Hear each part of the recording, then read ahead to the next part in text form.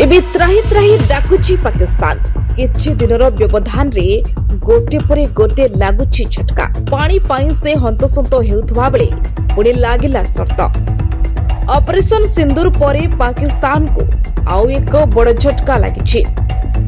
अंतर्जातीय मुद्रा पांठी एपरि एक पदक्षेप नैछि जहा द्वारा दारिद्र्यग्रस्त पाकिस्तान बड़ समस्या रे पड़े। आईएमएफ पाकिस्तान उपरे एहार बेल आउट कार्यक्रम परवर्ती पर्याय जारी रखिबा पई 11टी नूतन शर्त लागू करिछि। भारत सहित उत्तेजना योजनार आर्थिक बाह्य एवं संस्कार लक्ष्य प्रति विपद वृद्धि करिपारे बोली चेतावनी दैछि। पाकिस्तान पई आईएमएफ द्वारा धार्य करा जाइथिबा 11टी शर्त मध्यरे 17.6 ट्रिलियन पाकिस्तानी टंकार नूतन बजेट को संसदर अनुमोदन, विद्युत बिल उपरे ऋण सेवा सरचार्ज वृद्धि एवं 3 वर्षरू पुराना कार आमदानी उपरे प्रतिबंधक। पाकिस्तानी गणमाध्यम एने सूचना दैछि।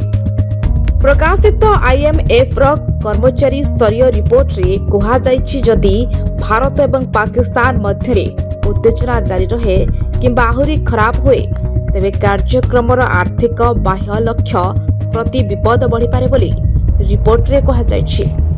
एथिरे आहुरी कहा जाइछि जे गत 2 सप्ताह मध्यरे पाकिस्तान एवं भारत मध्यरे उत्तेजना यथेष्ट वृद्धि पाइछि किंतु बाजार प्रतिक्रिया सामान्य रहिछि।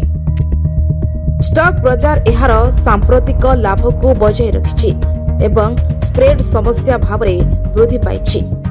आईएमएफ र रिपोर्ट रे आगामी आर्थिक वर्ष पई पाकिस्तान र प्रतिरक्षा बजेट 2.4 ट्रिलियन टंका दर्शा जाइछि जहा 12% वृद्धि होइछि। Bureau report News express.